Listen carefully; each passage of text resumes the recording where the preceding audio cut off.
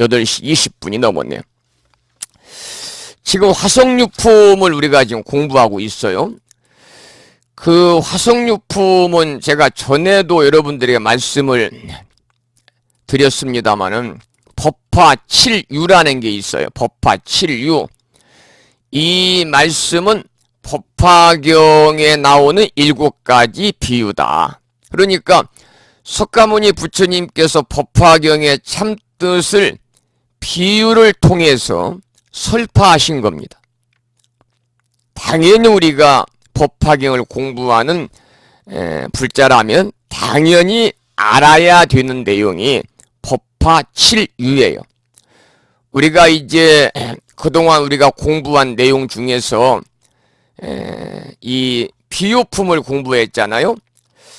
이 비유품은 그 삼품에 나오면 삼품에 비유품에 나오는 화택류, 그 다음에 사품 신해품에 나오는 궁자유, 그 다음에 오품 약초유품에 나오는 약초유까지 공부를 했죠. 그리고 이제 지금은 화석유품 7품을 공부하잖아요. 화석유품에 나오는 화석류를 우리가 아주 공부를 하고 있습니다. 잠깐 화석류에 대해서 다시 한번 부연해서 말씀을 드리면, 이 화석유품에 나오는 화석류인데요, 어떤 사람이 수많은 대중을 이끌고 보물산을 향해 떠났는데 예전에는 뭐 이 교통수단이 좋지 않잖아요.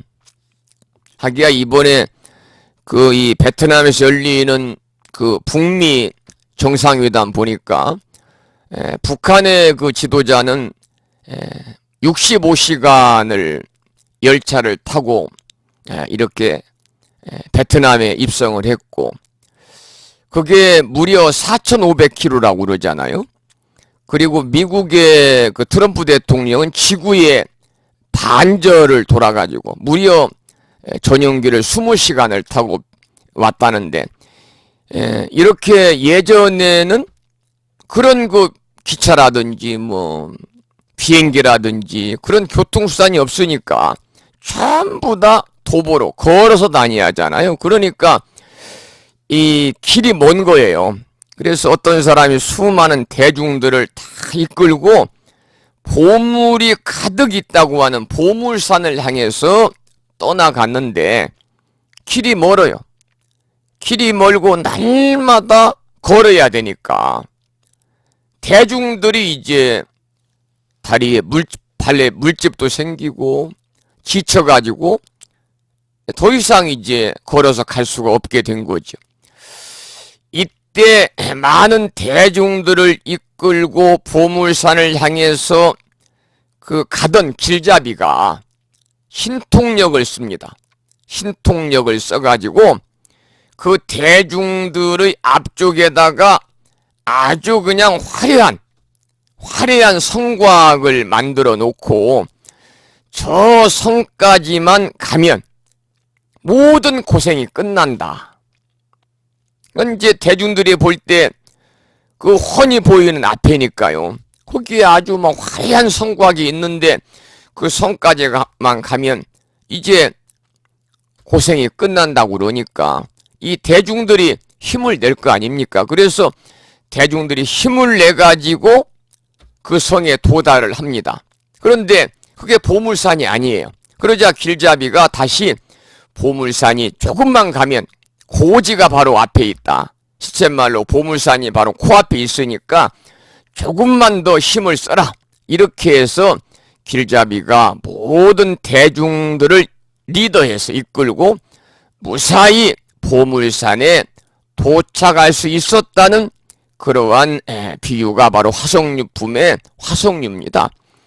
이 비유에서 보물산은 무엇을 의미하냐면은 부처님의 경지를 말하는 겁니다. 보물산은 부처님의 경지를 말하는 것이고, 그리고 이제 화려한 성곽은 신통력으로 만들었다고 그랬잖아요. 신통력으로 만든 화려한 성곽은 뭘 의미하냐면 소승의 경지를 의미합니다. 소승의 경지. 그리고 이제 많은 대중들을 리더해서 보물산을 향해서 떠나갔던 그 리더, 길잡이는 바로 부처님을 가리키는 것이다 라고 하는 내용을 이제 화성유품에 나오는 화성유니까요.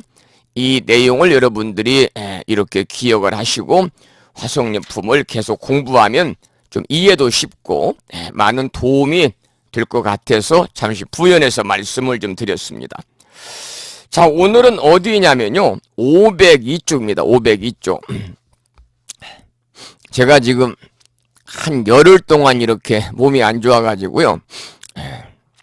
중간에 좀 목소리가 좀 탁하고 해도 좀 이해를 하시고, 오늘 또 저녁에 좀 강의를 하려고 약도 좀 먹고 준비를 했습니다만 컨디션이 또 안 좋네요. 목소리가 탁해서 송구스럽다는 말씀을 드리고 양해하시면서 함께 공부하시겠습니다. 502쪽에 그 우리말로 된 번역본을 보겠습니다. 사실은 이 모든 경전이 전부 다 원문은 한문이잖아요. 한문인데 모든 경전이 그렇습니다. 한문은 지금 우리 불자님들도 저부터도 한글 세대거든요.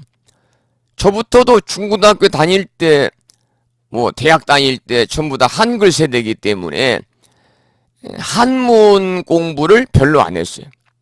그런데 이 시간 함께 하시는 법우님들께서도 아마 대부분 학장님 같은 분은 이제 서예를 하시고 그러니까 연세가 계시니까 오히려 한문이 쉬울 수 있겠습니다만은 한문 원문을 공부하면요. 그 원문에 나오는 한자 음과 훈을 설명드리다가 시간 다 가버립니다. 근데 중요한 것은 우리가 전문적으로 뭐 이 강원이라든지 또는 스님들처럼 승가디약에서 이렇게 체계적으로 경전반에서 원문을 통해서 우리가 공부하는 것이 아니니까요. 원문은 그냥 무시를 하고 이제 우리말로 번역된 부분을 이렇게 공부하겠습니다만 때로는 이제 여러분들이 그 원문이 있으니까 원문과 해설문을 한번 견주어 보면서 시간 날 때는 또 한자 공부를 하는 것도 도움이 되지 않겠는가 그런 생각이 듭니다. 502쪽 아래쪽에 한글로 된 경문을 함께 소리내서 읽어보겠습니다.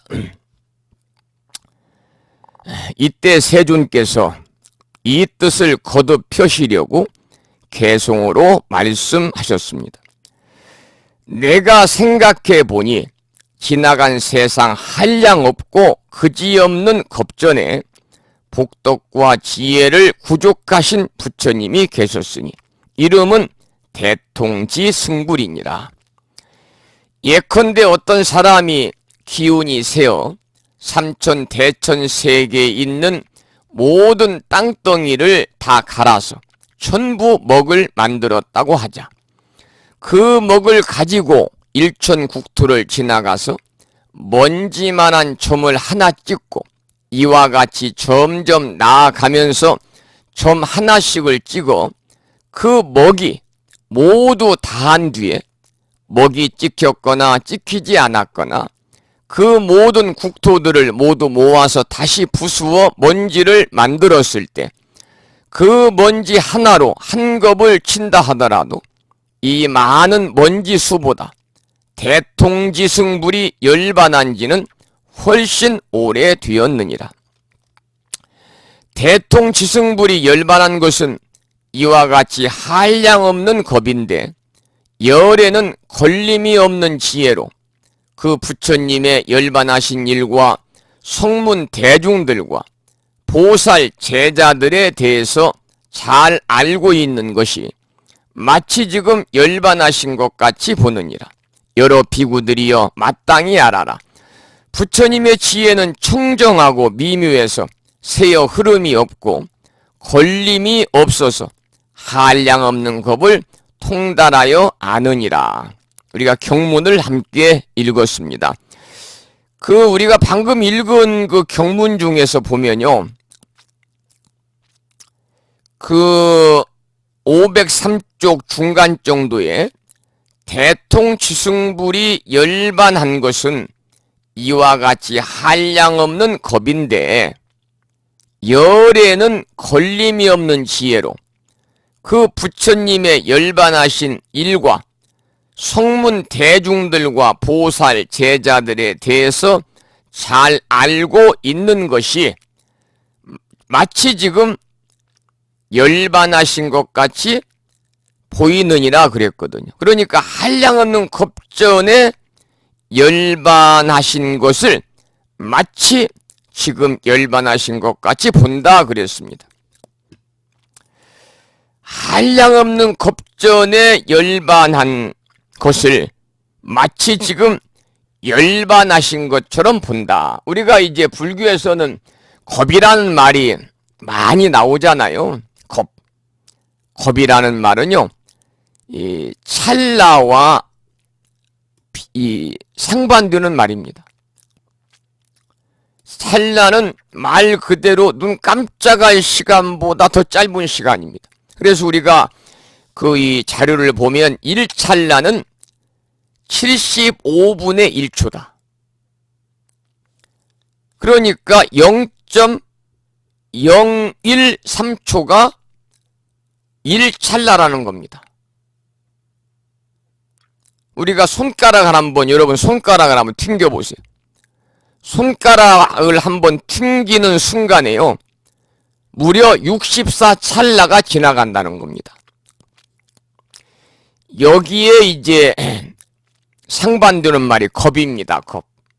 겁은 한자로 큰 대자 떼시자, 대시라고도 하고 길장자 떼시자, 장시라고도 하는데 대시, 장시 그러니까 큰 시간, 긴 시간.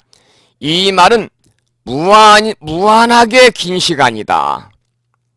일정한 숫자로 나타낼 수 없는 그러한 무한한 시간을 가리켜서 우리 불교에서는 겁이다 이렇게 이야기를 하는데, 일반적으로 우리가 세계, 즉 우주라고 그러잖아요. 우주가 개벽한 때부터, 우주가 한번 개벽한 때부터 다음에 다시 개벽할 때까지의 시간을 가리켜서 겁이다 그렇게 말합니다. 여기도 이렇게 한량없는 겁 전에, 아주 무한한 시간 전에 열반하신 것을 지금 열반하신 것 같이 본다 그랬단 말이에요. 이 이야기는 뭐냐면 석가모니 부처님의 생애를 모델로 해서 과거 부처님의 이야기와 미래 부처님의 이야기를 쓰고 있는 겁니다. 모든 부처님의 삶의 형태가 석가모니 부처님과 똑같다는 겁니다. 모두 왕자로 출가하거나 왕으로 출가해서 성도를 했죠. 그래서 과거 부처님도 그랬고 석가모니 부처님도 그랬고 미래 부처님도 역시 마찬가지다. 그러니까 석가모니 부처님이 살아오신 형식을 그대로 담고 있다 그 말이죠. 이런 형식은 우리가 사실 여부를 떠나서 하나의 설화를 만들어낸 것인데, 그런 설화를 통해서 우리에게 전달하려고 하는 뜻이 무엇인지를 우리가 생각할 필요가 있겠죠. 이 이야기가 사실이냐 사실이 아니냐는 고민할 필요가 없다는 겁니다. 또 실제로 있는 것은 아무것도 없고 없는 것도 또한 없더라. 그러니까 깨달은 사람의 안목으로 보면요, 있는 것도 없고 없는 것도 없다는 거죠. 깨달은 사람의 안목으로 보면 있는 것도 없고 없는 것도 없다. 이 말은 사실은 모든 존재가 그렇다는 거죠. 그래서 여기서 우리에게 이제 부처님이 말씀하시려고 하는 것은 뭐냐면, 무한한 시간 속에서 무한한 삶이 또 무한한 인연으로 해서 각양각색의 삶이 펼쳐진다는 사실을 부처님이 우리에게 주지하고 계시는 겁니다. 무한한 시간 속에서 무한한 삶이 또 무한한 인연으로 해서 각양각색의 삶이 펼쳐진다. 그러니까 아주 오랜 세월의 인연을 우리가 함께하고 있다.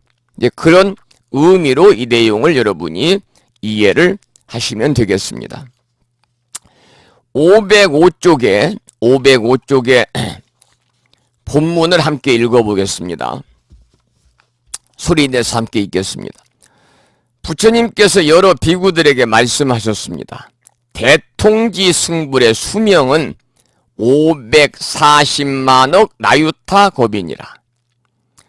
그 부처님이 처음 도량에 앉아서 마군들을 깨뜨리고 최상의 깨달음을 얻게 되었으나 불법이 앞에 나타나지 아니하여 이와 같은 1소겁으로부터 10소겁이 되도록 가부좌를 틀고 앉아 몸과 마음을 동하지 않았지만은 불법은 오히려 앞에 나타나지 않았느니라. 그때 도리 천신들이 먼저 그 부처님을 위하여 보리수 아래에 사좌자를 펴놓았는데 높이가 1유순이니라. 이 부처님이 여기에 앉아서 마땅히 최상의 깨달음을 얻으리라 하니 마침 이 사좌자에 앉으셨느니라. 그때 여러 범천 왕들이 온갖 하늘꽃을 비오듯 내리니 그 꽃의 넓이가 100유순이며 향기로운 바람이 때때로 불어와서 시들은 꽃은 날려보내고 다시 새 꽃을 내려서 10소겁 동안을 쉬지 않고 부처님께 공양하였느니라. 열반에 드실 때까지 항상 이렇게 꽃을 내렸느니라. 여러 사천왕들은 부처님께 공양하기 위하여 항상 하늘에 묵을 치고 그 위에 다른 하늘에서도 하늘의 풍류를 연주하여 10소겁이 차도록 하였으며 열반하실 때까지 이렇게 하였느니라. 이 본문을 읽었습니다. 여기서 이제 유순이란 말이 여러 번 나오는데요. 유순은 1유순은 키로수로 따지면 15km입니다. 그러니까 우리가 심리가 4km니까요. 약 40m 이렇게 봐야 되겠죠. 그리고 부처님을 위하여 보리수 아래에 사좌자를 이렇게 펴놓았다 그랬습니다. 사좌자에 대해서는 전의 시간도 제가 잠깐 말씀을 드린 것 같습니다만은 부처님이 법을 설하시는 자리, 부처님이 법을 설하시는 자리를 우리가 사좌자다 그럽니다. 그러니까 이 사좌자라는 것은요, 사자, 후 그러잖아요. 사자후. 우리가 이제 그 웅변이나 연설도 사자후라고 그럽니다만 뭔가 짐승 중에서 가장 그 다른 짐승들이 공포에 떠는 소리가 사자의 울음소리, 사자후라고 그러잖아요. 그렇듯이 이 부처님의 그러한 설법은 모든 중생들에게 있어서 정말 금과 옥과 같이 소중한 메시지를 주기 때문에 우리가 이제 부처님의 그러한 법문을 사자후라고 그러고 부처님이 그 법문을 하시는 사자후를 내리시는 그 자리를 가리켜서 그 부처의 자리죠. 사좌좌다. 그렇게 이제 부르고 있습니다. 자, 그러면은 여기서 그 셀 수 없는 오랜 과거서에 대통지승불이 멸도하였지만은 깨달음을 얻었지만 열반에 드셨지만 그 말이에요. 해탈을 얻었지만 이제 다시 상기해서 이야기한다. 그러니까 이 대통지승불의 성도는 한량없는 세월이 필요해서 식겁좌도량 불법 불연전이다. 그 이 한자가 나오잖아요. 식겁좌도량 불법 불연전이다 라는 말이 나와요. 이 말은 10겁 동안이나 도량에 앉을 좌자, 도량에 앉아 있었지만은 불법이 불현전이다. 불법이 현전, 나타날 현자, 앞전자 앞에 나타나지 않았다 그 말입니다. 이건 이제 선문에서 자주 이용하는 선구입니다. 자, 그러면 이 내용을 조금 더 부연해서 말씀을 드리면 보통 선문에 쓰는 말이라고 그랬잖아요. 식겁 좌도량 불법 불연전이다. 여기서 이제 이야기하고자 하는 것은 식겁이 찰 때까지는 불법이 나타나지 않았는데 식겁이 지나고 불법이 현존했다, 그런 뜻입니다. 그러니까 식겁이 지나자 비로소 현존했다, 그런 뜻이거든요. 그러니까 식겁이 지나고 불법이 현존하다. 식겁이 찰 때까지는 불법이 나타나지 않았는데 식겁이 지나자 비로소 현존했다, 그런 뜻이거든요. 그러면 왜 불법이 나타나지 않았을까? 금강경에 이르기를 일체법이 개시 불법이다 했습니다. 일체법이 개시 불법이다. 이게 원래는 일체법이 전부 불법이다, 그 말이죠. 그러니까 일체법이 모든 불법이고 모든 법이 바로 해탈이다. 그러니까 해탈이란 그 진여잖아요. 진여이고 모든 법은 어때요? 진여를 벗어나지 않아요. 우리가 행주 자와 그러잖아요. 가고 머물고 앉고 눕는 것이요, 모두 다 생각으로는 헤아려 볼 수 없는 작용입니다. 또 때를 기다려서 이루어지는 것도 아니에요. 그래서 경에서는 뭐라고 말씀하셨느냐? 곳곳마다 부처님이 계신 곳이다. 곳곳마다 부처님이 계신 곳이다. 제제 처처의 측위유불이다. 그렇게 경에서는 말씀을 하고 계시죠. 제제 처처입니다. 제제 처처. 있을 때자 고처자니까 곳곳마다 제제 처처의 측위유불이다. 곳곳마다 부처님이 계신 곳이다. 이렇게 이제 경에서는 말씀을 하고 계시는데, 일체법이 개시불법이다. 모든 것이 다 불법인데 일체법이 따로 불법으로 나타날 것이 무엇이겠냐, 그 말입니다. 그러니까 이 사실을 우리가 알아차리게 되면 그때 불법은 어때? 이미 나타나 있는 것이죠. 이것이 바로 뭐냐? 선리입니다. 선리. 선에서 말하는 이치입니다. 선에서 말하는 이치. 우리 법우님들이 이런 선리를 이제 많이 이제 앞으로 들어야 이 이야기를 충분히 이해를 하겠죠. 일체법이 다 불법이니까. 일체법이 다 불법이니까. 일체법이 전부 불법이다. 일체법이 개시불법이다. 일체법이 다 불법이니 세상에 어느 것 하나 불법 아닌 것이 없더라, 그 말입니다. 그런데 십겁이 지난 뒤에야 십겁 좌도량 불법 불연전이다. 비로소 불법이 나타났다는 말은 뭐냐면 어떤 특별한 불법이 나타난 것이 아니라 눈에 보이는 두두물물이, 눈에 보이는 두두물물, 모든 것들이 다 불법이라는 것을 비로소 알았다. 이제 그런 의미로 봐야 되겠죠. 우리가 이제 흔히 불교에서는 그런 말씀을 하잖아요. 두두물물이 다 부처님이다.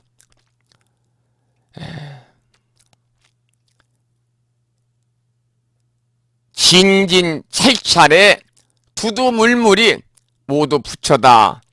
그런 얘기를 우리 불교에서는 많이 합니다. 그러니까 부처 아닌 것이 없더라, 그 말이. 이 삼라만상이 두두물물이다. 삼라만상의 모든 것들이 전부 다 우리가 산하대지 두두물물이 비로자나 법신이다 그러죠. 화엄경에서는 그렇게 말하죠. 산하대지 두두물물이 비로자나 법신이다. 산하대지에 어느 것 하나 부처님 아닌 것이 없더라, 그 말이에요. 그러니까 이 세상의 모든 만물도 그 수가 한이 없잖아요. 마찬가지로 두두물물이 다 부처님의 응화신이고 부처님의 뜻대로 나타난 것이다 그 말입니다. 우리가 모든 것이 다 부처님의 응화신이요 부처님의 뜻대로 나타난 것임을 우리가 이제 깨닫게 되면요, 비로소 우리가 도를 깨닫는 그런 사람이 되겠죠. 불교에서는 두두물물, 이 말은 사사물물과도 같은 말입니다. 이 두두는 하나하나 모두라는 뜻을 갖고 있거든요. 그렇게 이해를 하시면 좀 쉽지 않을까 그런 생각이 듭니다. 자, 그 다음에 506쪽의 가장 밑에 두 줄 짤막한 경구를 함께 읽어보겠습니다. 경문을. 여러 비구들이여 대통지승불께서 십수겁이 지나고 나서 부처님의 법이 앞에 나타나서 휴상의 깨달음을 이루었나니라. 이건 조금 전에 제가 불법이 일체법이 개시물법이다 라는 말씀을 제가 드렸잖아요. 일체법이 개시 불법이다. 일체법이 모두 다 불법이다. 모든 것이 바로 해탈이고, 또 해탈이라는 것은 진여고, 모든 법은 진여를 벗어나지 않는다는 말씀을 드렸거든요. 그래서 경에서도 곳곳마다 부처님이 계신 곳이다라고 얘기를 했다는 말씀을 드렸는데, 불법이 나타날 것이 어디에 있겠느냐? 나타나는 것은 없다는 겁니다. 왜? 본래 그대로가 불법이니까요. 그래서 일체법이 개시불법이라는 것을 우리가 확실하게 알게 되면 간단합니다. 우리 불자들 중에도 이렇게 저렇게 살아야 하는데 세 속에 얽매여 그렇게 살지 못한다고 말하는 사람들이 흔히 있죠. 이건 잘못된 생각이라는 겁니다. 왜냐하면 어디에 있든 서 있는 그 자리가 불법의 자리고, 또 그대로가 불법인 줄을 알면 되는 거죠. 그래서 여기에서는 유토피아에 관한 얘기를 했습니다만, 어디 유토피아가 따로 있고 어디에 극락세계가 따로 있겠느냐 그 말이죠. 바로 이 순간 우리가 사는 이 땅 이 자리에 우리가 갈구하는 이상적인 삶, 유토피아가 있고, 또 우리의 지금 살고 있는 이 땅 이 자리에서 우리가 극락을 발견해야 된다 그 말이에요. 이해가 되시죠? 일체법이 개시 불법이라는 것을 알면 우리가 따로 유토피아를 찾거나 극락세계를 찾아갈 이유가 없더라. 일체법이 개시 불법이라고 하는 것을 우리가 확연히 알면, 본래 그대로가 불법이라는 것을 알면, 일체법이 전부 불법이라는 것을 알면은 우리 유토피아를 찾아서 미혹에서 방황하거나 극락세계를 우리가 찾아서 방황할 필요가 없더라 그 말이죠. 바로 우리가 살고 있는 지금 이 땅, 이 자리, 이 시간에서 우리가 바로 극락도 발견해야 되고, 이상적인 삶, 유토피아도 그 자리에서 우리가 찾아야 된다 그런 말이죠. 다 모든 것들은 어때요? 마음작용이죠. 마음작용. 내 마음에서 지어내는 거죠. 뭐 유토피아도 극락도 지옥도 다 그렇지 않겠습니까? 그런데 꼭 극락이라고 하는 것이 우리가 죽어서만 가는 곳이냐? 지금 살아있는 이 현실을 우리가 극락으로 살아야 된다는 거죠. 그러려면 어때요? 일체법이 개시불법이라는 것을 확실히 알아야 된다. 본래 그대로가 불법이다. 그러니 따로 어디에 불법이 나타날 것이 어디 있겠느냐 그 말이죠. 나타날 것이 없다. 왜? 일체법이 모두 불법이고 모든 법이 바로 해탈이고 진여기 때문에 그렇다 그 말이죠. 507쪽을 보겠습니다. 507쪽 본문을 함께 읽어보죠. 그 부처님이 출가하기 전에 16명의 왕자가 있었느니라. 마다들의 이름은 지적이었으며 여러 아들들이 각각 여러 가지 진귀한 놀이기구를 가지고 있었느니라. 아버지가 최상의 깨달음을 이루셨다는 말을 듣고는 모두 진귀한 놀이기구를 버리고 부처님이 계신 곳으로 나아가는데 그 어머니들이 눈물을 흘리면서 전송하였느니라. 그들의 조부 전륜성왕이 일백대신과 백천만억 백성들에게 둘러싸여 함께 도량에 이르렀느니라. 모두 다 대통지승열애를 가까이 모시고 공경하며 존중 찬탄하였느니라. 그곳에 이르러서는 머리를 숙여 발 아래에 예배하고 부처님을 여러 번 돌고는 일심으로 합장하여 세존을 우러러 바라보며 개송으로 말하였느니라.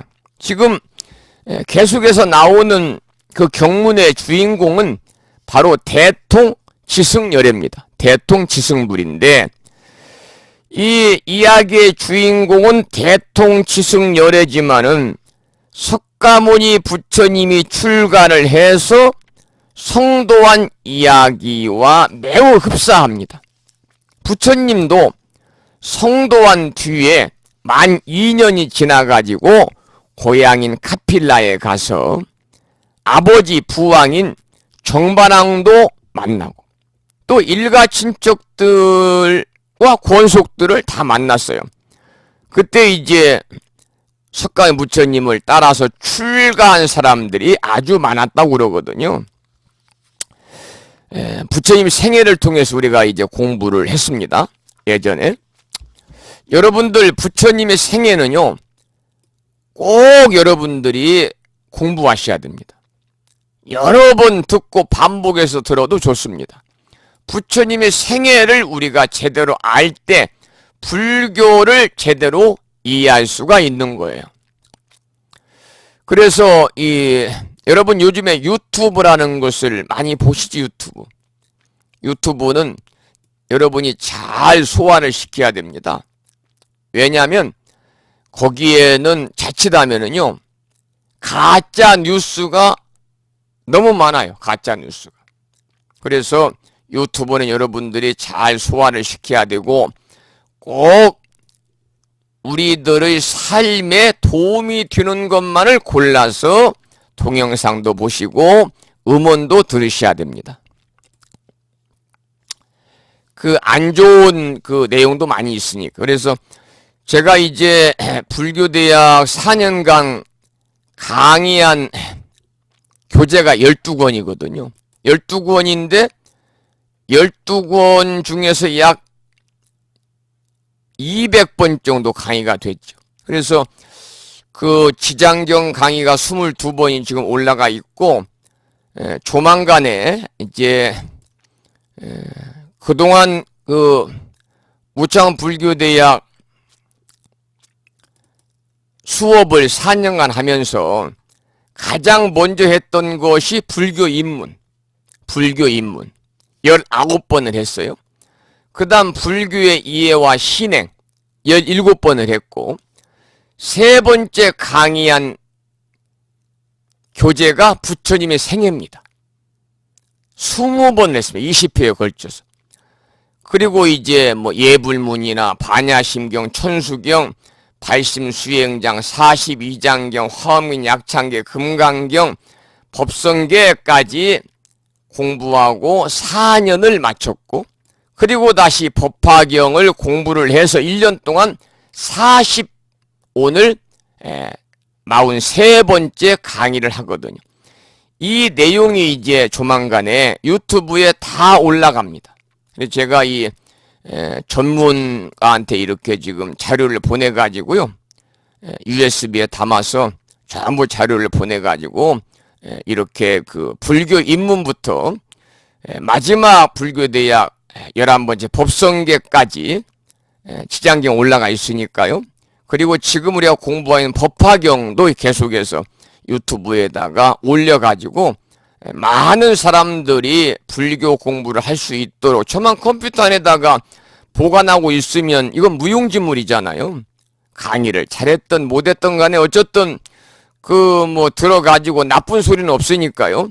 모두 유튜브에 올려가지고 약 220개 파일이죠. 음원을 올려서 많은 사람들이 체계적으로 강의를 듣고 불교에 대해서 좀 공부할 수 있는 그런 인연을 맺어드릴까 이렇게 생각을 해서 전문가에게 의뢰를 했습니다.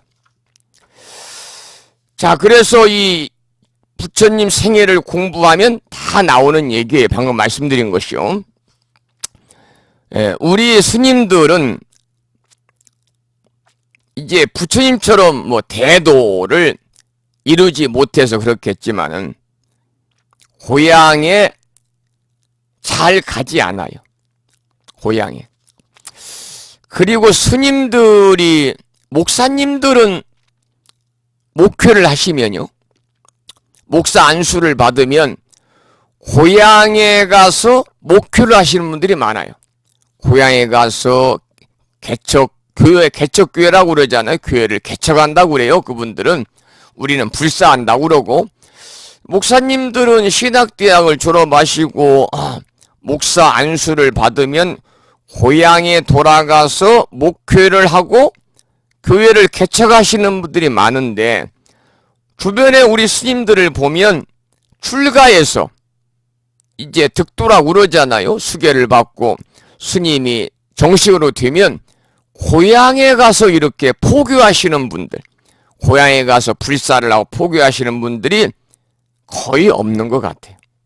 그래서 이 스님들은 이제 고향에 잘 가지 않는 게 특징인데, 옛날 어른들 말씀에 출가한 사무는, 스님들 얘기하는 거, 수행자는 출가한 사무는, 출가한 승려는 그 말입니다. 부모나 국왕이나 왕자에게도 큰 절을 하지 않는다고 했습니다. 아만을 부려서가 아니라 자기 수행이 완수하기 전에는 대개 고향에 가지 않습니다. 이게 이제 다른 종교 지도자들과 불교 출가자들의 그런 차이가 있는 것 같아요. 사실은 이제 그 출가한 사무는 부모나 국왕, 왕자에게도 큰 절을 하지 않는다. 그런데 사실은 이제 이 출가한 스님들도 보면은요, 부모님들이 아주 신심이 돈독하신 불자의 가정에서 성장을 해가지고 출가하신 분들을 보니까요, 예전에 어떤 스님, 아는 스님인데 어머님이 노보살님이 아드님한테 삼배를 해요. 그러니까 아주 신심이 있는 거죠. 근데 사실은 이제 옛날하고 틀려서 이제 지금은 스님들이 이제 그 세상으로 많이 나오시죠. 또 세상으로 많이 나와가지고 스님들이 부처님법을 전해야 됩니다. 산중에만 스님들이 가부좌 틀고 앉아서 계신다고 그래서 중생 교화를 할 수 있는 건 아니거든요. 정말 세상에 나와 중생과 부딪히면서 앞으로 공부하겠습니다만 상불경 보살처럼 정말 이런 사람 저런 사람 여러 부류의 사람들과 부딪히면서 부처님법을 전하는 것이 진정한 사문의 역할이거든요. 그게 이제 대중포교고, 그리고 이제 그 중생들을 교화하는 하나의 그 계기가 되잖아요. 그래서 지금은 예전과는 달라가지고 스님들이 이제 부모님 찾아도 가고, 뭐 부모님 제사 때 기일 때 가서 또 절도 하고 그렇습니다만, 다만 한 가지 스님들이 가살수하고는 부모님 영전에도 절은 않죠. 그러니까 절을, 부모님 제사를 모시게 되면 가사를 수하지 않아야 됩니다. 그냥 두루마기를 수한다든지 장삼만 수한 상태에서 영가전에 삼배를 올려야 된다. 가사는 부처님 법을 전할 때만 입는 거니까요. 부처님을 대신해서 입는 거기 때문에요. 그런 거의 일반적인 말씀도 좀 드리고요. 그 다음에 여기 보면은 대통지승불의 아버지인 전륜성왕까지 교화를 받고 부처님께 머리를 조아려 예배를 올리고 부처님을 여러 번 돌았다고 했거든요. 부처님을 여러 번 돌았다라고 얘기를 했어요. 그러면 부처님을 여러 번, 그 제일 마지막에 나오잖아요. 읽은데. 그곳에 이르러서는 머리를 숙여 발 아래 예배하고 부처님을 여러 번 돌고는 일심으로 합장하여 세존을 우러러 바라보며 개송으로 말하였느니라. 그러니까 부처님을 여러 번 돌았다 하는 것을 우리가 불교용어로 뭐라고 그러냐면 요불요탑이다. 요불요탑이다. 요자는 돌요자입니다. 돌요. 두를 요자도 기지만 이건 돌요입니다. 돌요. 돌요 그럽니다. 돈다 그 말이에요. 그러니까 요불요탑. 부처님 계신 곳을 돌고 탑을 돈다. 이 탑이라는 것은 이 부처님이 열반하시고 나서 그 부처님을 그리워하는 사람들이 처음에 부처님 불상이 없었습니다. 부처님의 사리를 모신 탑이 처음에 이제 이렇게 불사가 된 거죠. 그래서 부처님을 그리우면 탑을 돌았어요. 그게 탑돌이의 기원이거든요. 그래서 요불요탑이라고 하는 것은 돌요자 부처불자. 그래서 부처님 주위를 돌다. 탑돌이야 한다 그 말입니다. 예, 지금 이제 법당들을 보면은요. 지금 법당은 바로 벽에다가 정면이 벽이면은 벽에다가 탱화를 모시고 그리고 정면에다가 뒷공간이 없이 거기에 이제 상단, 불단을 제작을 해서 이제 탱화를 모시고 불단의 3단으로 해서 불보살님을 봉안을 했는데 옛날 법당들은 그렇게 만들지 않았습니다. 옛날 법당들은요. 정면에 부처님 모시는 봉안하는 정면에 뒤로 부처님 계신 뒤로에서 사람이 드나다닐 수 있도록 통로를 만들어서 띄어가지고 그래서 옛날 법당은 불상을 사람들이 돌게 만들어져 있습니다. 왜냐하면 부처님을 돌면서 염불하라 그 말입니다. 그래서 옛날에는 옛날 지금 절들은 또 옛날의 의식은요. 불자님들이 절에 와서 예불하고 나서 의뢰이 부처님이 계신 뒤 공간을 여러 번 돌았습니다. 이것이 바로 뭐냐면 요불요탑이다 그 말. 요불요탑이다. 그러니까 여기 보면 나옵니다만 옛날 사찰을 보면 법당이 크지도 않은데 법당의 중간쯤이나 3분의 1 정도 간격을 두고 부처님을 모신 거예요. 부처님 뒤로 2m 정도의 간격을 두어가지고 사람들이 서로 스치면서 지나갈 수 있는 공간을 마련했다. 왜? 부처님을 돌기 위해서 그렇게 공간을 만드는 거예요. 중국도 마찬가지. 제가 중국에 가니까 정말 그렇더라고요. 법당들이. 그런데 요즘은 사람을 많이 수용하는 것을 우선적으로 해서 그런지 이런 전통적인 불사 형식을 다 생략해버리고 부처님을 법당 벽에다 바짝 그냥 붙여서 모시잖아요. 불심사하고 그랬잖아요. 옛날에는 예불하고 나서 의뢰이 부처님을 여러 바퀴 돌았다. 염불을 하고 목탁을 치면서 그날 이제 불궁에 동참한 대중들이 열을 맞춘 뒤에 돌고 또 다시 자기 자리로 돌아가서 부처님께 예를 올리고 예불을 마쳤다 그 말이죠. 근데 지금은 이제 그런 의식이 없어요. 왜냐하면은 그냥 바짝 그냥 벽에다가 부처님을 모시기 때문에 그 부처님 뒤로 공간이 없어요. 요즘에 짓는 절들은요. 예, 여기 보면 이제 예전에 중국의 광화사라는 절과 서로 교류해서 스님들이 일주일에 한 번씩 일주일씩 연수를 한 적이 있는데 광화사라는 중국의 절은 스님들이 약 200명이 사는 절인데 예불하는데 2시간이 걸립니다. 중국 법당은 엉덩이를 붙이고 앉을 수 있도록 되어 있지 않습니다. 그냥 신발을 신고 들어가서 무릎만 꿇을 수 있도록 둥근 방석이 앞에 있습니다. 장괴 합장입니다. 방석에 무릎만 대고 고개를 숙이는 것으로 절을 삼습니다. 그렇게 절을 하는 거예요. 우리나라의 절의 방식과는 뭐 전혀 다른. 여러분들, 저는 이제 중국에 오래전에 도반 스님들과 함께 4박 5일로 그때 이제 이 보타나카산 관세음보살님 성지하고 구화산 지장보살님 성지를 4박 5일로 성지순례를 딱 한 번 갔다 왔고, 저는 개인적으로 해외여행을 뭐 갈 여건도 안 되지만, 갈 형편도 아니고 그런 시간도 없지만은 특히 해외여행 가는 것을 저는 대단히 좋아하지 않습니다. 국내 여행을 저는 좋아하는데 국내 여행 갈 시간도 없네요.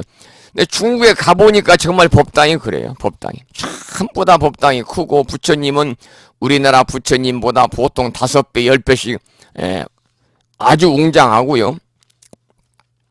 그런데 전부 신발을 신고 들어가요. 그리고 무릎만 꿇을 수 있도록 방석이 앞에 있어요. 그럼 뭘 해야 되겠습니까? 장괴 합장을 해야 돼요. 여러분들 장괴 합장 해보셨죠? 우리가 호계 합장이다 그렇게 말을 합니다만, 어떤 자세인지 아시죠? 여러분 절에서 이제 법당에서 우리가 수계를 받을 때는 장괴 합장, 호계 합장이라고 그러죠. 장괴 합장을 하는데, 그렇지 않고 이제 뭐 야유라든지 아니면 부심사에도 예전에 십성계 수계법회를 좁으니까 빛의 벨리스 그랜드 볼륨은 빌려서 했는데, 그렇게 이제 연회장을 빌려서 할 때는 의자에 앉아서 하니까 장괴 합장을 하기가 어렵습니다만, 부심사 수계법회 할 때, 법당사 할 때는 항상 장괴 합장을 했어요. 장괴 합장을. 특히 이제 연비할 때요. 우리가 장괴 합장은 수계 합장이라고, 호계 합장이라고도 하는데, 무릎을 꿇은 자세로 상체를 이렇게 세우죠. 그리고 몸을 무릎에서 머리까지 일직선이 되도록 세우고, 두 손은 합장하고, 그 다음에 이제 틀려요. 두 발의 발끝은 세워가지고 바닥에 대고 버티는 자세가 장괴 합장입니다. 그러니까 장괴 합장은 먼저 무릎을 꿇고 앉아서 앉은 자세 엉덩이를 드는 거죠. 그러면 무릎 이하의 발은 바닥에 닿아 있겠죠. 옆에서 마치 몸이 L자 모양이 됩니다. 그 자리에서, 그 자세에서 허리를 꼿꼿하게 바닥과 수직이 되도록 세우는 거죠. 이때 두 발도 가지런히 세우고 발끝을 바닥에 대는 거죠. 이때 발등이 바닥에 닿으면 안 돼요. 그러면 이 장괴 합장, 호계 합장은 어느 때 하느냐? 가장 먼저 개를 받을 때, 받을 숫자, 그래서 수계라고 그러잖아요. 5개든 10성계든 아니면 48 보살계든요. 그래서 개를 받을 때, 즉 수계할 때와 자자를 할 때, 그리고 또 이제 여러분들 포살법회에 동참하신 분들 계시죠? 스님이 이제 법망경 경문을 하나하나 읽어가면서 여러분들이 스스로 자기의 그러한 이 범한 죄를 스스로 이렇게 앞에 나와서 말할 수 있도록, 그러한 포살 시에도 이 자세를 취하고요. 또 우리가 이제 절에 가셔서 법당에 부처님 전에서 발언할 때, 부처님께 간절하게 발언할 때에도 이 자세를 취합니다. 저도 가끔 이제 축원할 때, 우리 법우님들이랑 가족들의 건강과 소원 성취와 평안과 안위를 위해 축원할 때 저도 가사와 이 장삼과 가사를 수한 자세에서 이러한 장괴합장, 호계합장을 할 때가 있습니다.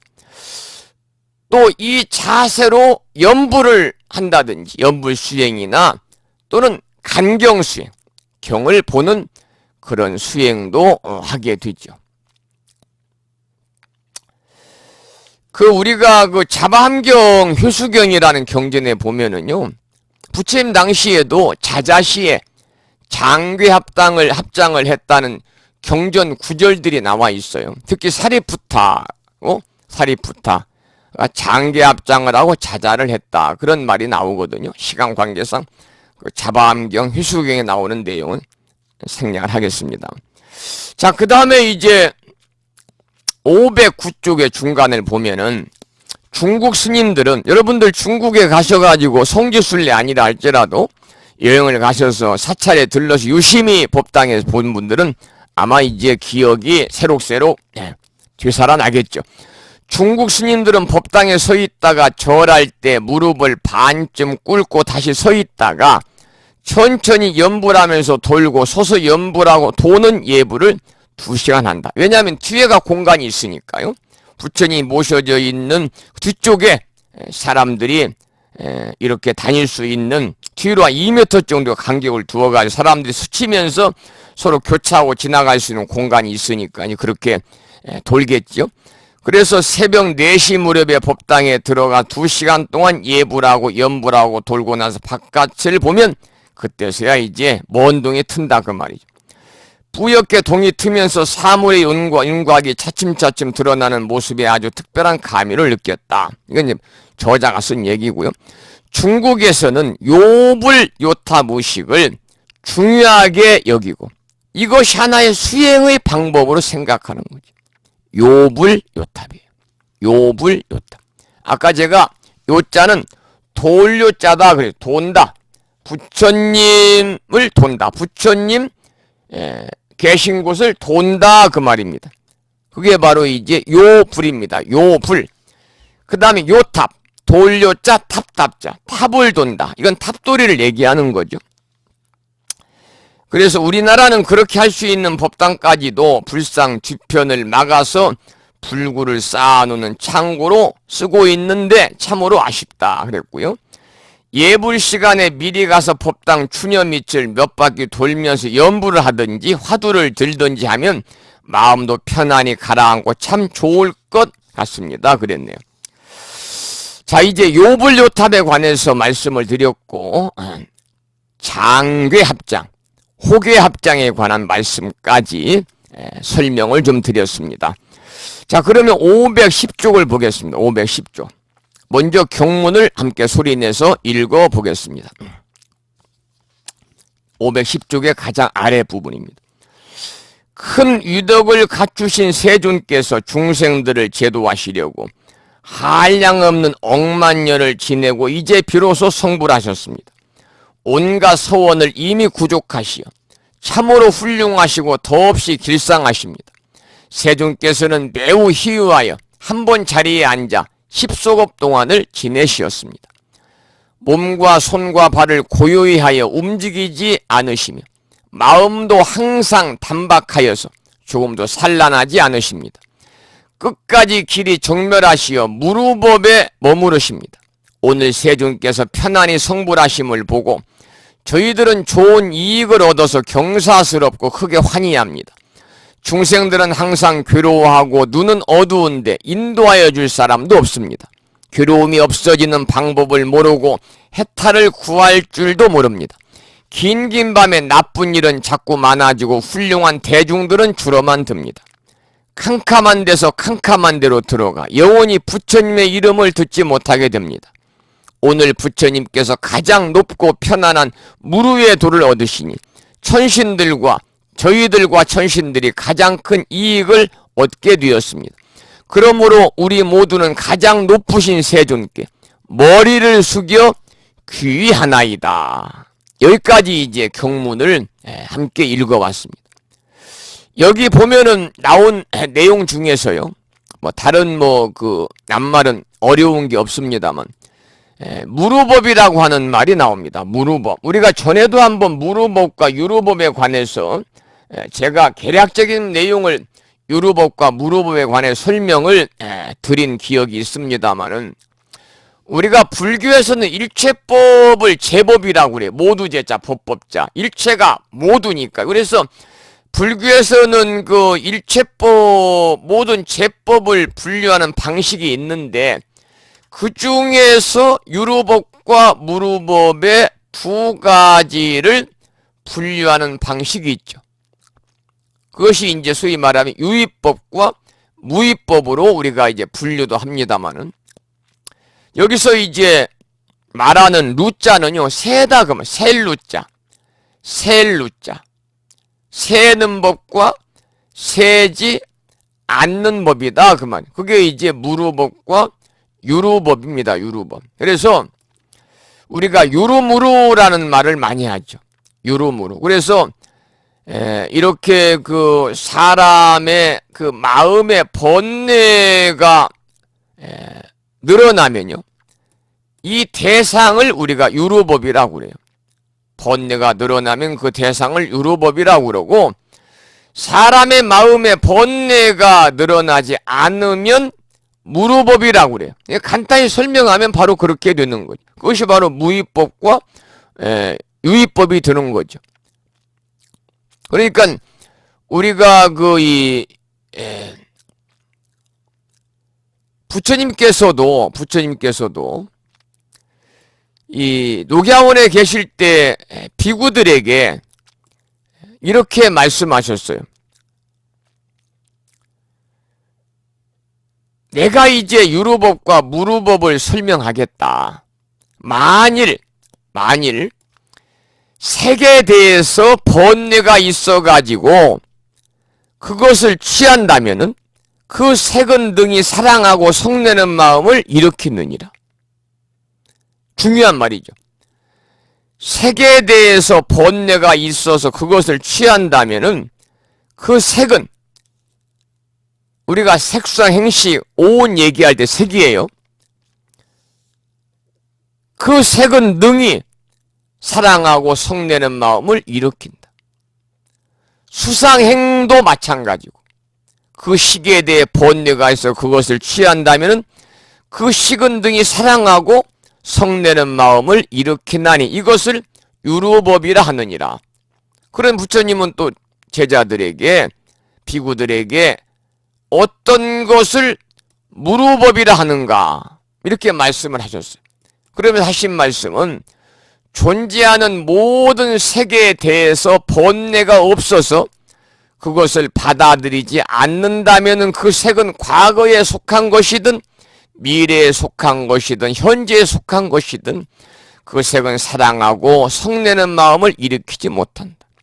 수상행도 마찬가지고, 식에 대해 번뇌가 없어서 그것을 받아들이지 않는다면 그 식은 과거에 속한 것이건 미래에 속한 것이건 현재에 속한 것이건 사랑하거나 성내는 마음을 일으키지 못하나니 이것을 무루법이라 하느니라. 부처님께서 정확하게 유루법과 무루법에 대해서 이렇게 녹야원의 설법을 하시면서 비구들에게 말씀을 하셨어요. 그러니까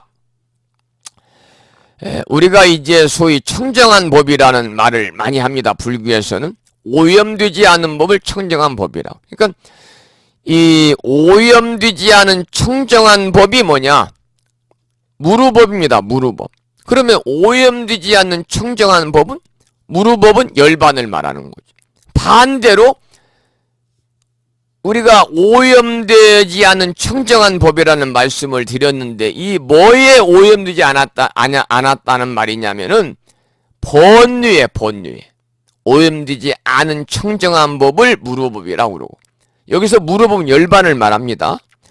번뇌에 오염된 탁한 법, 소위 이 더러운 법을 우리가 유루법이다, 그렇게 이야기를 하죠. 그러니까 유루법이라는 것은 마음 작용에 번뇌가 있는 거예요. 마음 작용에 번뇌가 있는 거예요. 무루법이라는 것은 마음 작용에 번뇌가 없는 거예요. 그것이 이제 무로법과 유루법의 그러한 근본적인 분류에 해당이 된다. 그런 말씀을 드립니다. 자, 그러면은 방금 함께 읽어보았던 그 본문 해설문을 보지요. 511쪽의 가장 밑에입니다. 세존께서는 매우 희유하여 한 번 자리에 앉아 10소급 동안을 지내셨습니다. 몸과 손과 발을 고요히 하여 움직이지 않으시며 마음도 항상 단박하여서 조금도 산란하지 않으십니다. 라고 조금 전에 본문을 함께 읽었습니다. 우리는 보통 몸은 앉아 있지만 마음은 천리말리 돌아다니면서 별별 사람을 다 만나고 마음은 별별 짓을 다 합니다. 심지어 여러분들 뭐 참선한다고 이렇게 가부자나 반과부자 하고 앉아서 여러분들이 눈을 지그시 감고 참선할 때도요, 몸은 앉아 있는데 마음은 천리말리 돌아다니면서 수많은 사람도 만나고 옛날 생각도 다 떠오르고 갑자기 뭐 심지어 절에 가서 불공시간에 천수경 일반 원문으로 하면은 뭐 한 14분, 우리말로만 19분 됩니다만 천수경 15분에서 20분 안쪽 하면서도 몸은 앉아있는데 마음은 그냥 천리말리 돌아다니면서 수많은 사람도 만나고 또 수많은 짓을 다 하잖아요. 그래서 묵조선에 지관타좌라는 말이 있다. 지관타좌. 다만 지자. 지금 512쪽입니다. 512쪽 가장 위에.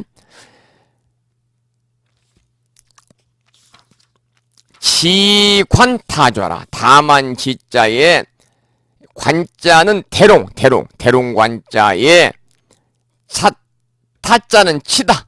칠다자에 앉을 좌자죠. 이 말은 뭐냐?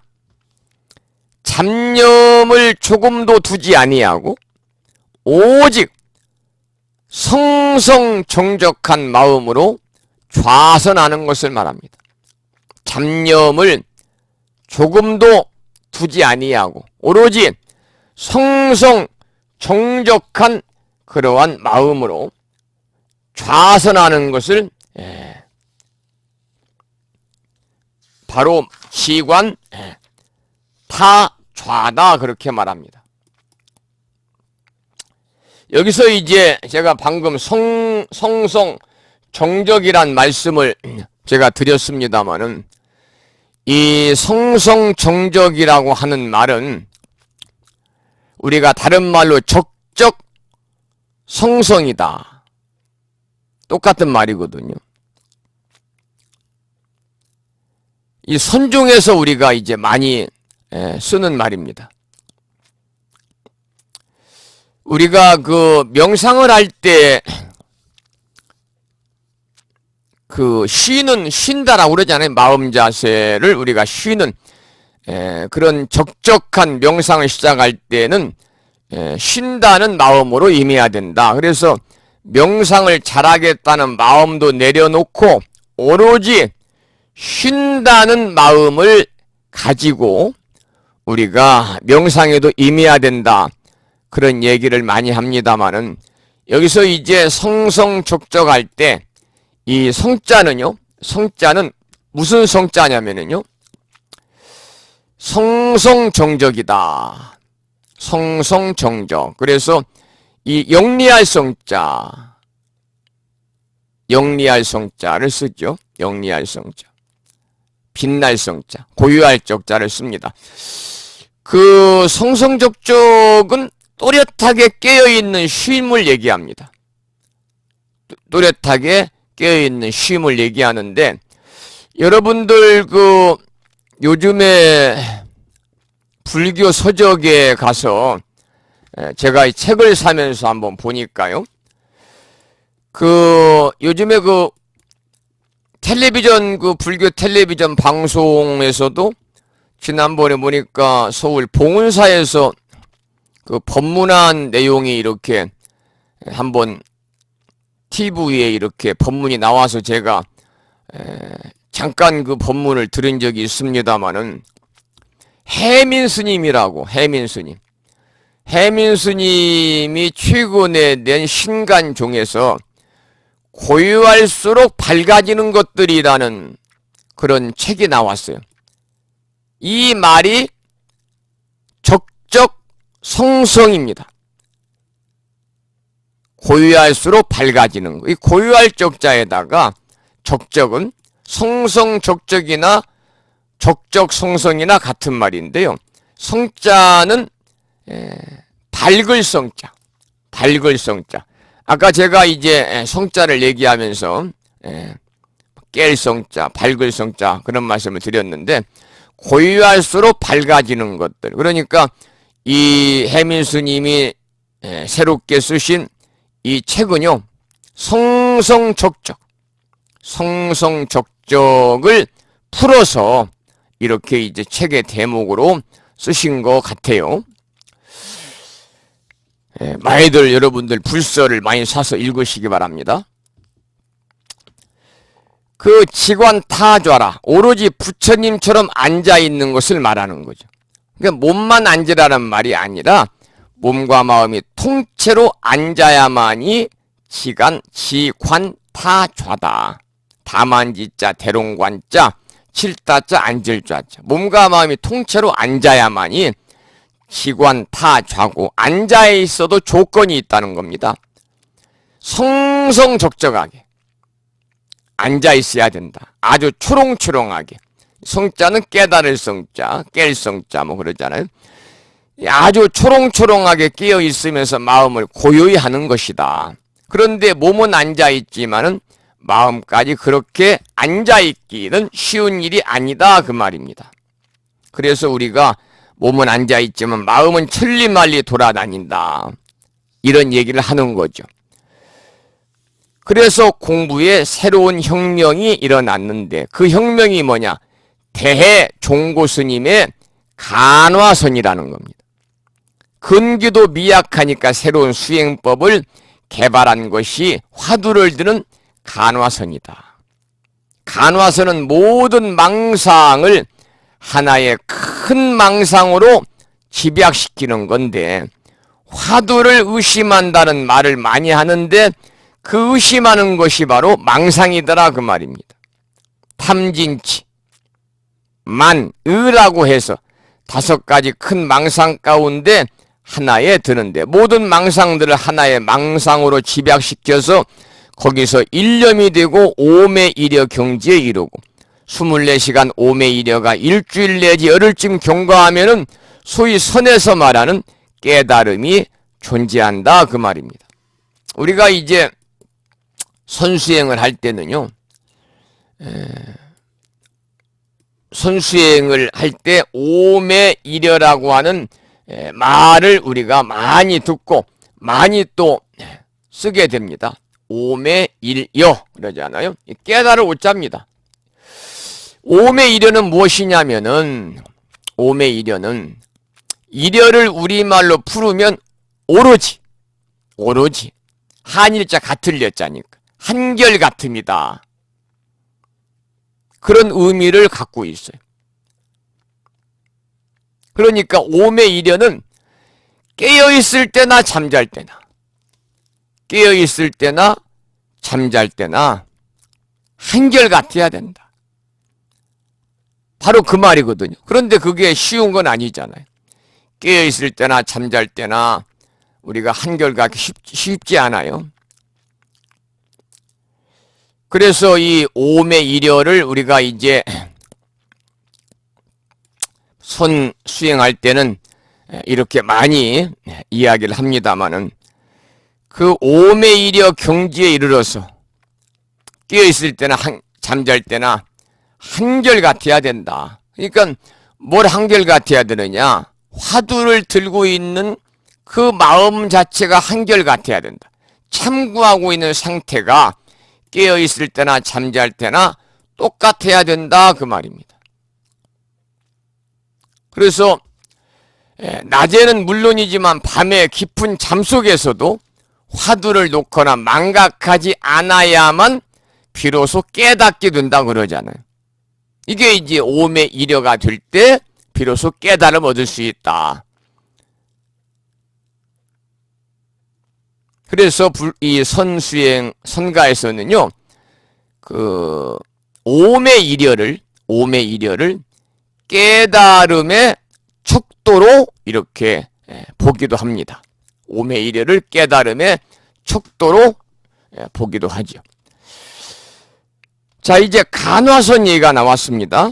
간화선이 묵주선보다 훨씬 힘이 있다. 법화경과 연관시켜 보면은 몸과 손과 발을 고유히 하여 움직이지 않으시며 마음도 항상 단박하여서 조금 더 산란하지 않으십니다라고 표현을 하고 있다. 이게 이제 조금 전에 우리가 읽었던 본문에 나오는 그런 내용입니다. 이런 정신 상태를 아주 높이 사는 것이다. 괴로움이 없어지는 방법을 모르고 해탈을 구할 줄도 모릅니다. 그것도 이 내용도 지금 본문에 나와 있는 거예요. 긴긴 밤에 나쁜 일은 자꾸 많아지고 훌륭한 대중들은 줄어만 듭니다. 캄캄한 데서 캄캄한 데로 들어가 영원히 부처님의 이름을 듣지 못하게 됩니다라고 본문에서 우리가 읽었습니다.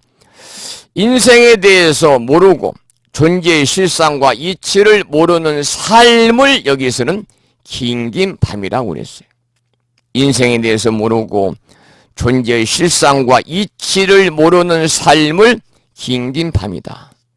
여러분, 513쪽에 나와 있습니다만 이 법구경 말씀 많이 들으셨죠? 피곤한 나그네에게 길은 멀고 잠 못 드는 이에게 밤은 길어라.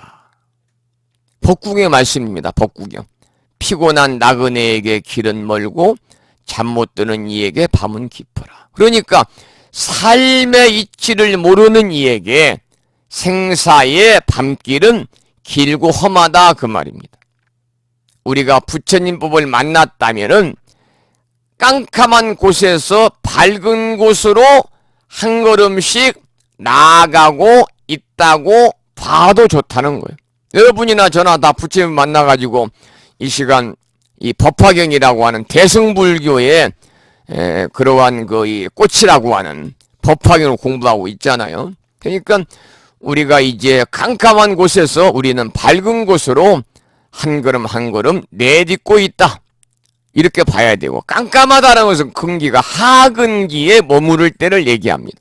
하근기에서 조금씩 우리가 부처님 경전의 말씀을 통해서 또 신의 생활을 통해서 여러분이 조금씩 중근기, 상근기에 그러한 과정으로 우리가 넘어가고 있는 그런 과정이다 이렇게 보는 거죠. 진리의 가르침이고 성인의 가르침이고 또한 이 성인의 숱한 희생을 치르고 큰 깨달음을 얻어낸 스승이기 때문에 그렇다. 누가? 부처님이 그렇다고 말이죠.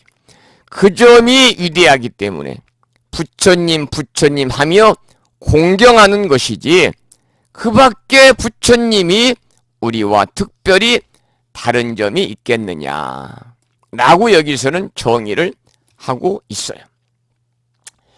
자, 이제 성성적적이라든지 오매이려를 얘기하면서 잠깐 간화선에 관해서 이렇게 나와가지고 그 내용을 함께 살펴봤습니다만, 간이라는 것은 본다 그런 뜻입니다. 본다, 간. 화는 뭐냐? 화두입니다, 화두.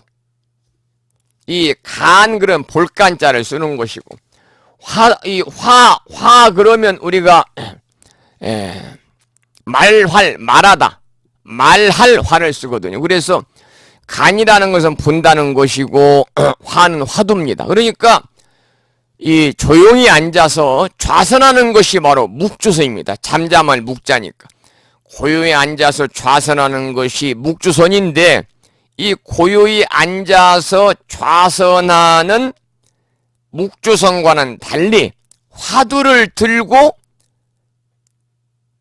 우리가 철저히 큰 깨달음을 얻고자 하는 것이 간화선이에요. 간화선. 그래서 간화선의 기원은요, 중국의 조주 종심선사의 개에게는 불성이 없다. 그 화두가 바로 간화선의 기원이라고 그러거든요. 그래서 간화선은 불교에서 선수행 방법 중에서 묵조선도 있고 화두선도 있습니다만 화두를 들고 수행하는 참선법이고 우리나라 불교 역사 속에서 가장 영향력을 끼친 그러한 수행법입니다. 그래서 중국의 선종은 달마 스님이 초조입니다. 초조. 그래서 달마 스님으로부터 시작을 해가지고 이제 여러분이 잘 아시는 뭐 육주 해능 스님까지 이렇게 쭉 이어져 내려오는데요. 특히 이제 간화선과 묵조선을 우리가 대비해서 잠깐 본문에서 말씀을 드렸습니다만, 특히 이제 우리나라에 수많은 종단이 있는데 그 중에서도 대한불교 조계종이 이렇게 이제 스님들이 소위 말하면 이 수좌 스님들, 운수납자 스님들이라고 그러잖아요. 이렇게 참선을 통해서 전부 다 간화선 화두를 들고 이렇게 깨달음을 얻는 수행을 하는 그런 스님들이 많이 있는 종단이 바로 이제 대한민국의 조계종이죠. 그래서 간화선 그러면 간자는 살펴본다 그런 볼간자니 화는 화두를 살펴가지고 깨달음을 얻는다 그 말입니다.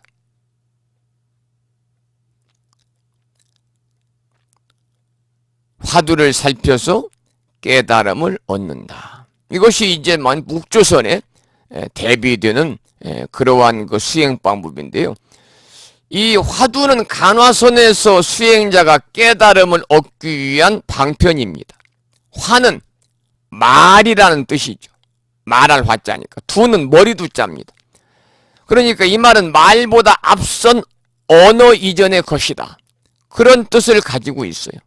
우리가 배고플 때 밥 생각하듯이 목마를 때 물 생각을 하듯이 말보다 앞선 큰 의심, 그 화두를 깨달음을 향한 간절한 일념으로 짓다 보면은요 깨달음을 얻게 된다. 그래서 지금 오늘이 이제 음력으로 정월 40날이잖아요. 그래서 정월 대보름날이 스님들이 이제 동안거를 마친 동안거 해제일이었잖아요. 그래서 스님들이 이렇게 1년에 2차례씩 하안거, 동안거 화두를 들고 깨달음을 얻기 위한 방편으로 수행을 하고 계시는 거죠. 오늘 여기까지 함께 공부를 했어요.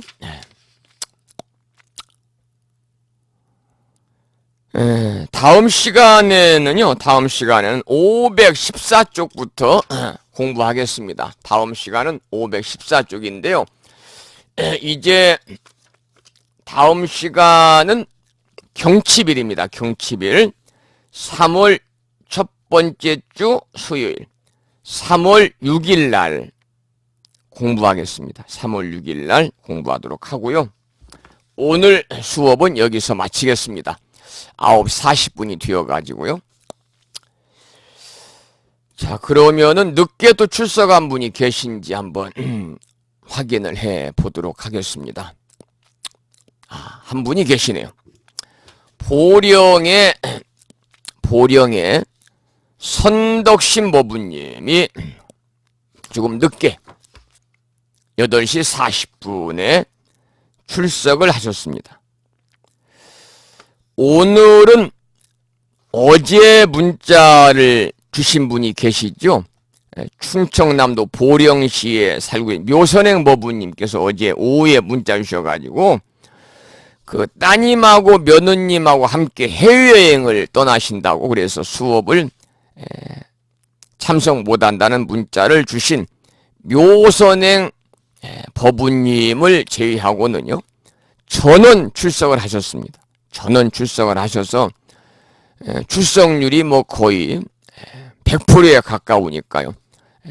정말 대단한 여러분들의 열정이고 향학열이고 또 여러분들이 대단한 구도심이고 그 여러분들의 열정과 대단한 구도심에 도를 구하고자 하는 마음으로 함께하고 계시잖아요. 감사를 드리고 경의를 표하고 박수를 드리겠습니다.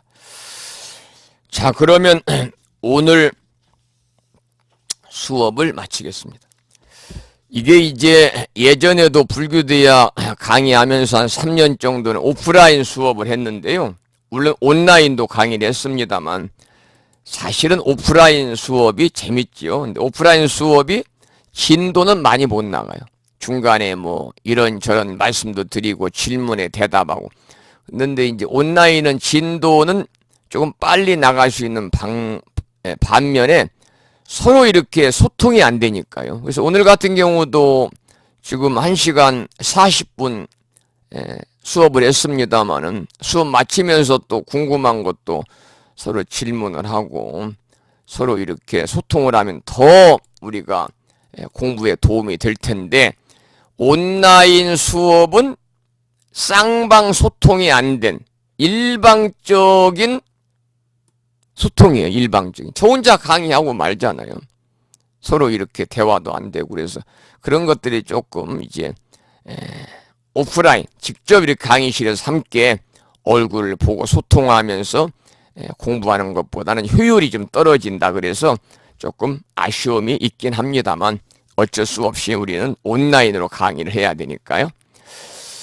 자, 오늘 수업을 여기서 마치고요. 이제 내일이 음력으로 정월 29날, 내일이 대자대비하신 관세음 보살님께 기도드리고 공양 올리는 관음제일이네요. 그래서 이렇게 이제 불교대학 경전대학원에서 공부하시는 법우님들 중에서 아침 방송을 들으시는 분도 계시고 또 이제 아침 방송은 뭐 전혀 안 듣고 수요일만 강의를 들으시는 분들이 계실 텐데요. 수요일만 강의를 들으시는 분은 일주일 후에 여러분 이제 3월 달에 3월 6일 날 만나 뵙도록 하고 그날이 3월 6일이 음력으로 정월 금음날입니다. 그 다음 날이 2월 초하루니까요. 그리고 아침 방송을 듣는 분들은 내일 아침 7시에 다시 또 반가운 만남을 이어가도록 그렇게 하면서 오늘 수업을 여기서 마치겠습니다. 수업 마치고 오늘 공부한 내용을 2시간 동안 다시 들을 수 있도록 이렇게 강의 다시 듣기 음원을 제가 올려놓도록 하겠습니다. 10시가 다 되니까 밤이 깊어가고 있습니다. 여러분들 따뜻하게 주무시고요. 건강관리 유의하셔서 저처럼 비실비실 하시지 말고 감기 좀 조심하시고요. 일상을 삶이 부처님 그냥 가피 속에서 건강하시고 복된 일상의 삶이 되시기를 다시 한번 축원드리면서 오늘 강의를 여기서 마치겠습니다. 법우 여러분 편안히 주무시기 바랍니다. 지금까지 무창보 불교대학 불심사에서 진어 성종이었습니다. 고맙습니다.